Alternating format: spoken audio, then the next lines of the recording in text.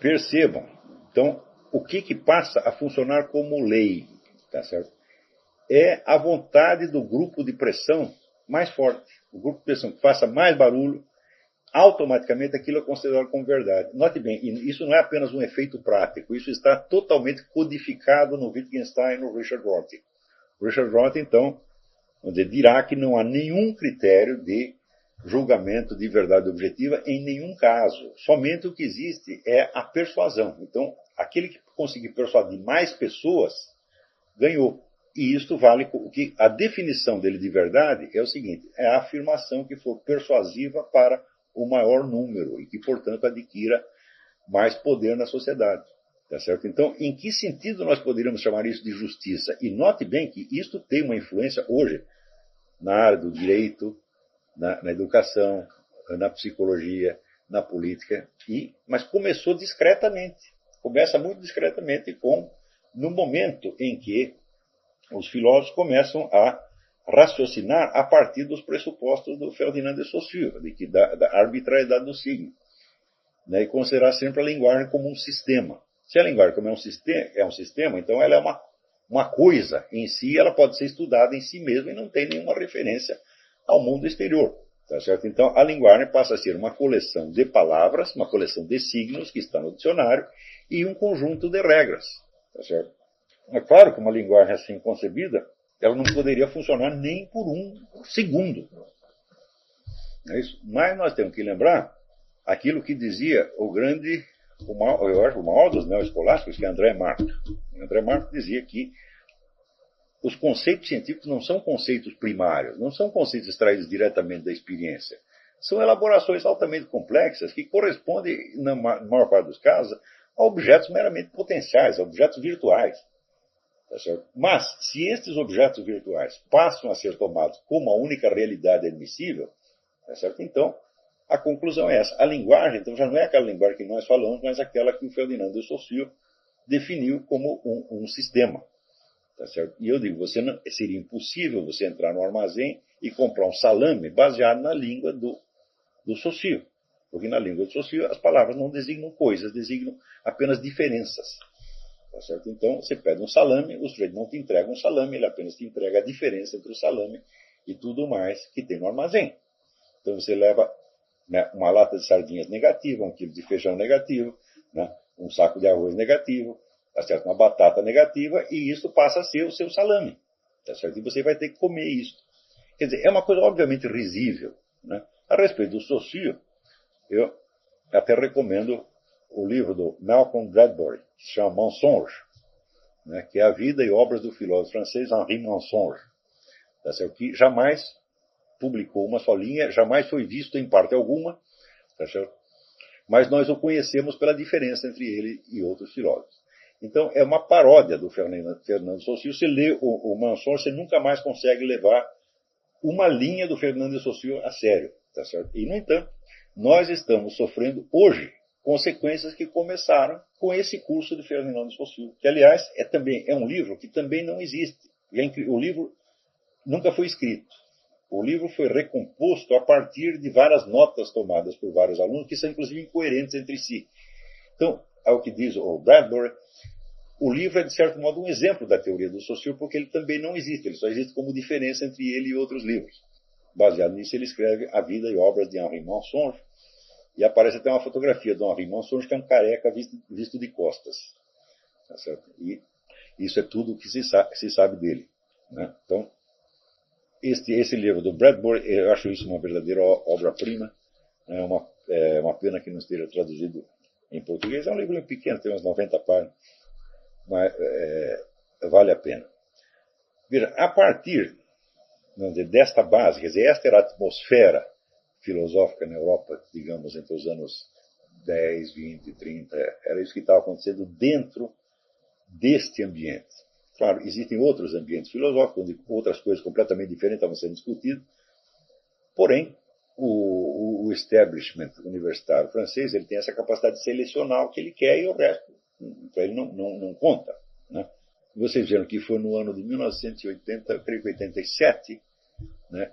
Eu entrei na livraria filosófica mais famosa da França, que é a Vran, E perguntei se tinha obra de Louis Lavelle, o lojista não conhecia, o gerente não conhecia, e ninguém conhecia, ninguém mais sabia. Tá certo?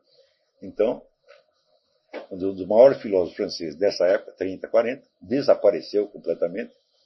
Não desapareceu por ter sido discutido e contestado. Não se contestou nada, simplesmente não se falou nada, fez de conta que não aconteceu. E, em vez disso, nós ficamos prestando atenção em Jacques Derrida, Jacques Lacan e outros patifes. Né? Então, é claro que isso aí, vamos dizer, é um exercício do poder, mas esse exercício do poder está baseado na própria teoria que fundamenta tudo isso. Quer dizer, eles estavam agindo exatamente como Richard Rorty. Quer dizer, o que é, né, a filosofia que importa? Não é aquela que amplia o nosso horizonte cognitivo, não é aquela que nos revela algo da realidade, é aquela que foi, vamos dizer, atingiu mais pessoas. Como é que se atinge mais pessoas? Publicando um livro de filosofia? Não, sendo entrevistado na mídia e na televisão. Então, e quem decide o que vai ser entrevistado na mídia e na televisão? São jornalistas. Então, quer dizer, a seleção das filosofias que importam ou não importam passou a ser decidida por pessoas completamente despreparadas, tá certo? Que julgam por critérios totalmente subjetivos. Então, nesse sentido, vamos dizer, um Sartre, que é um sujeito que nunca escreveu uma linha de interesse sobre o que quer que fosse, tá certo?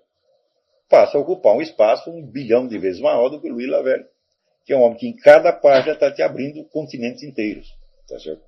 Então, é dentro desta onda que se explica, por exemplo, o sucesso do Jean Piaget. Se você vê a obra inteira do Jean Piaget, quer dizer, todo o universo epistemológico do Jean Piaget, e, portanto, as teorias e técnicas educacionais, que depois vieram a se chamar construtivismo, neoconstrutivismo, tá certo? Ou socioconstrutivismo, como queira, tudo parte, vamos dizer, de uma analogia muitíssimo vagabunda entre o desenvolvimento do conhecimento e o crescimento do organismo humano. Que é apenas, vamos dizer, apenas uma analogia, uma coisa que é parecida com outra. Olha, analogia é o seguinte, é uma síntese de semelhança e diferença. Quando você tem uma analogia, tá certo? Você tem uma coisa que parece, mas que não é. Parece sob certo aspecto. E que, se você não for capaz de apontar os aspectos em que a semelhança não vale, a sua analogia automaticamente não vale nada. Tá certo? Ora, por exemplo, todo esse processo que ele chama de assimilação e acomodação.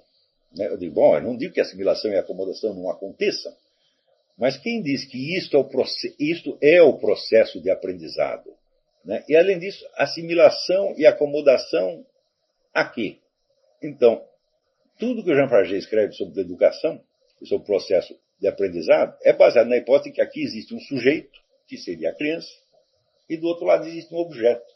E o sujeito, como um animalzinho que se alimenta, ele vai assimilando algumas informações e vai acomodando a sua conduta, né, à medida que ele acomoda, vamos dizer, que ele assimila a informação a ele mesmo, essa informação se torna ele.